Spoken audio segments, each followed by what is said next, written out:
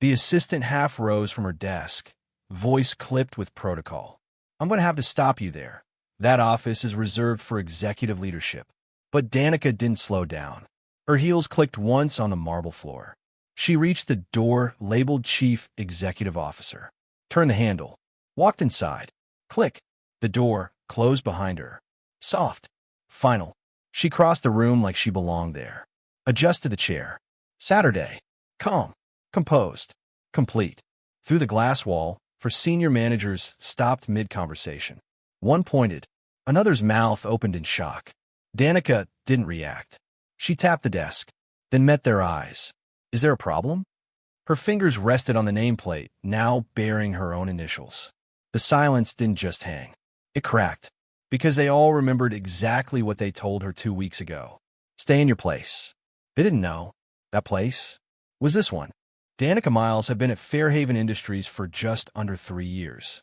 When the doors started closing, quietly, strategically, one at a time, her new title sounded respectable enough. Operations liaison. But everyone knew what it meant. Moved out of the way. Her office? 12th floor. Past a flickering exit sign. Across from a file storage room. No foot traffic. No visibility. No future. Before that, she was rising fast. Hired through Fairhaven's junior exec program. Her reports were called boardroom ready. She didn't make waves. Until she did. It started with a meeting. She flagged a line item in a shipping contract. A shell vendor. Siphoning funds. She asked one question. Polite. Evidence-based. 2 weeks later, she was rotated for development. Corporate varnish. But the message was clear. Don't look too close. Don't ask twice. From then on, things got quieter. Her name vanished from project calendars. Her key card stopped working on the executive floor. One morning, she showed up early for a strategy session. They told her she was in the wrong room, even though the agenda had her initials. Richard Laskin, executive VP, smiled at her in the hallway. You should really stay in your lane. Friendly tone, not a friendly message. Danica didn't argue. She went home, opened a private folder on her drive, and added another entry. It already had screenshots, budget anomalies, calendar changes, invoice trails. Every time she was sidelined, she documented it. They weren't afraid she was wrong. They were terrified she was right. On the 12th floor, she worked in silence. She watched. The same men who mocked her paraded her strategies as their own. They called her the note-taker. They called her quiet but sweet. They said she had secretary posture. She didn't blink, because Danica remembered what they didn't. Her father, Charles Miles, general counsel to Fairhaven's founder. Before he passed, he drafted a clause deep in the company bylaws.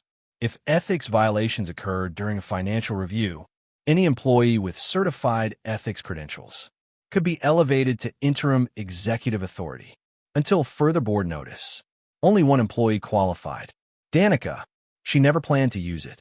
Until now. The whistleblower tip? Filed anonymously. The supporting docs? Clean. Time-stamped. Hers. When the audit began, only one department had full logs. Only one employee had flagged the discrepancies. When Richard's name surfaced with that vendor contract, the clause activated. Quietly, she got the confirmation email after midnight.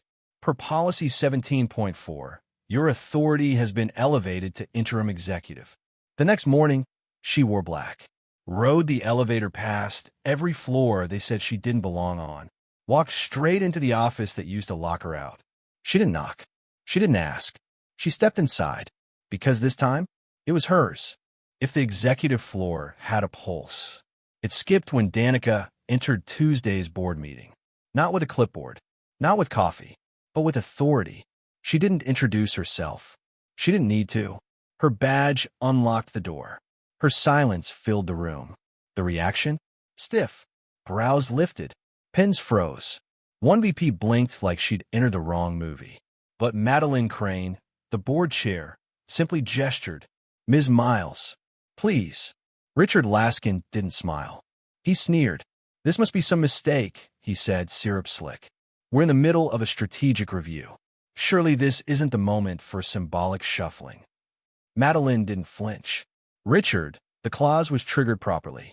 She's the interim. Unless you'd like to challenge that on record. He didn't. He sat back, jaw clenched. But respect? No. It was resistance. Within 72 hours, the playbook was open. Her calendar flooded with urgent syncs. No agendas. Just time theft disguised as inclusion. Analysts ghosted briefings. Comms delayed her announcements. Facilities ignored her maintenance requests. No nameplate. No onboarding. Richard, despite his suspension, emailed staff correcting her memos. One said, "We appreciate Ms. Miles' enthusiasm as she acclimates to executive standards." To them, she wasn't CEO. She was a temp who got lucky. Let her play boss, they thought. It won't last. Danica didn't fight for tone. She went after their transactions. She requested full audit access. The patterns emerged fast. Repetitive invoices. Contracts tied to board surnames. Bonuses linked to undocumented meetings. All of it connected by one thing. Silence. Danica compiled everything. No commentary. Just receipts. She called a closed-door review. Every seat had a folder. Inside logs. Ledgers. Money trails. These aren't assumptions, she said. They're transactions. One board member asked, "Why didn't our CFO catch this?" Danica didn't blink. Because the CFO signed them. Then she slid one final page across the table. The founder's clause. Original ink. Margins marked by her father's hand. If no one listens from the top, give the floor to the one who remembers the ground. No interruptions. No jokes. Just a room cracking open. Danica hadn't demanded respect. She earned it. Line by line. Log by log. And now, they didn't see her as a misstep. They saw her as the reckoning. The vote didn't arrive with shouting. It came in polished language and a calendar hold. The day after Danica's audit presentation, a governance memo hit inboxes at 6:03 a.m. Subject line, Emergency Stabilization Review. It didn't name her, but it didn't need to. Buried in the text. Discussion regarding interim authority thresholds and override procedures. Translation. We let her in. Now we take it back. Danica saw the play for what it was. A pretext to end her authority before it took root. The numbers scared them. But what terrified them more was the possibility that her reforms might actually stick. In the days leading up to the vote, the walls closed in. Allies stopped replying. Slack threads dried up. Meetings she used to lead were postponed indefinitely. Even her most basic emails were now CC'd to legal. She wasn't being paranoid. She was being prepared. So she didn't get louder. She got sharper. She didn't just bring numbers to the boardroom. She brought names. She brought timelines. Vendor payments issued 48 hours after undisclosed dinners.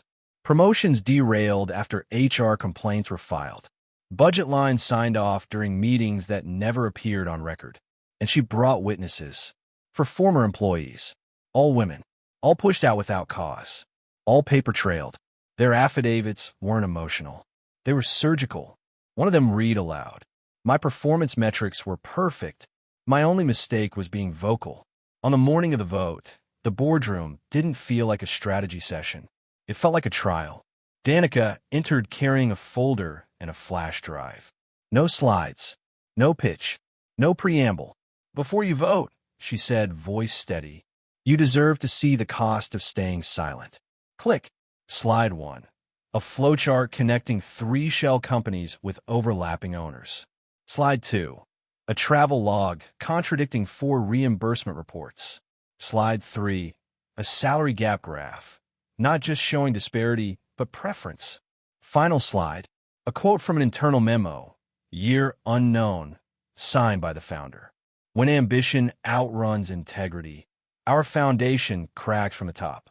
No gasps, just breath held long enough to change the temperature of the room. Madeline Crane, board chair, looked up and said, "Ms. Miles, please step outside." Danica nodded and left. Through the frosted glass, she could see the shadows moving. One hand raised, then 2, then 6, then 9. 15 minutes later, the door opened. Madeline stepped into the hallway with a single page in her hand.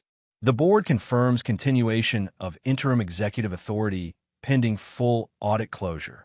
Danica read it once, folded it, tucked it under her arm. No fist pump, no smile, just clarity.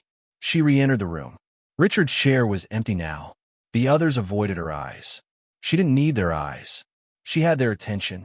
Danica took her seat at the head of the table, placed a flash drive beside her folder, and said one line, "Let's continue." The culture won't clean itself.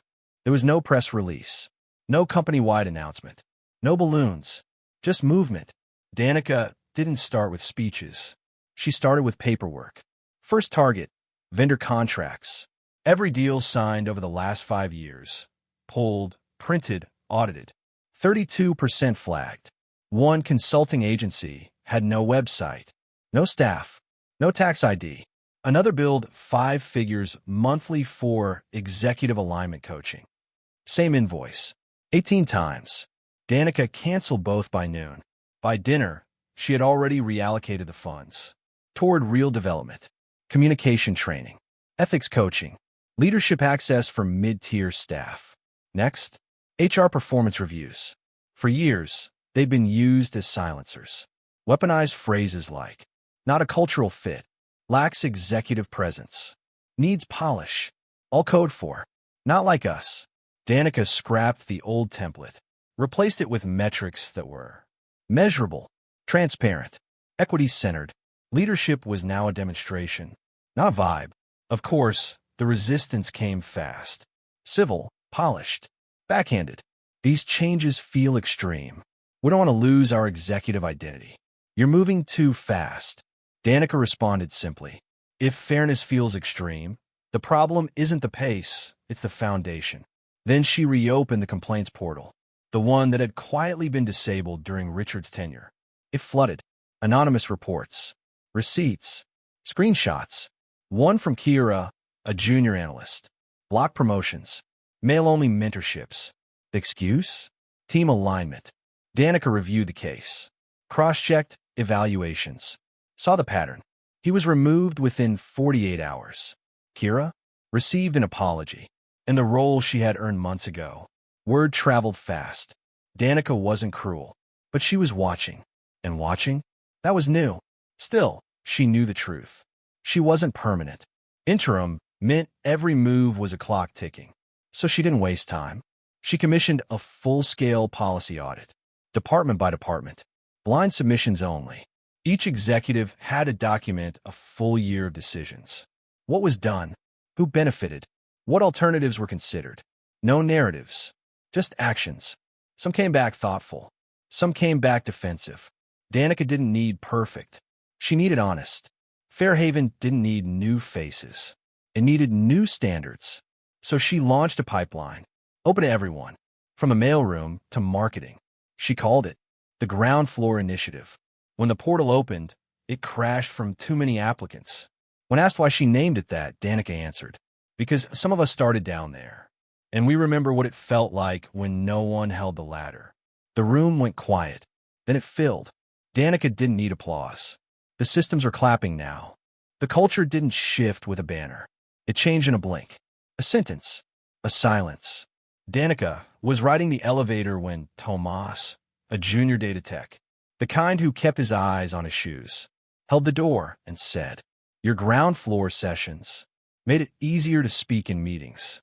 He didn't linger, didn't wait for a reply, but Danica nodded. And in that pause, she knew Fairhaven had started to turn, not with noise, but with traction. Staff who once whispered, now they documented. Managers who ruled through presence, now sat in listening circles. Mandatory, cross-level, non-optional. The exec floor? It adjusted its posture, not from fear, but from facts. Lunchtime chatter no longer revolved around complaints. It was about pilot programs, new workflows, and did you hear she actually responded to my feedback? Performance didn't drop. It soared. Turnover fell. Survey engagement hit record highs. Response time on internal forms? Cut in half. At a town hall, a long-tenured analyst said, "Thanks to the woman who reminded us the ceiling wasn't glass, just guarded." Danica didn't let it land on her. She redirected it to the whistleblowers, to the night shift clerks, to the interns whose reports had been ignored, until now. A new rhythm took root. Acknowledgement without ego. Accountability without spectacle. But not everyone came along. Some buried resistance in project delays. Others planted sabotaging edits in shared proposals.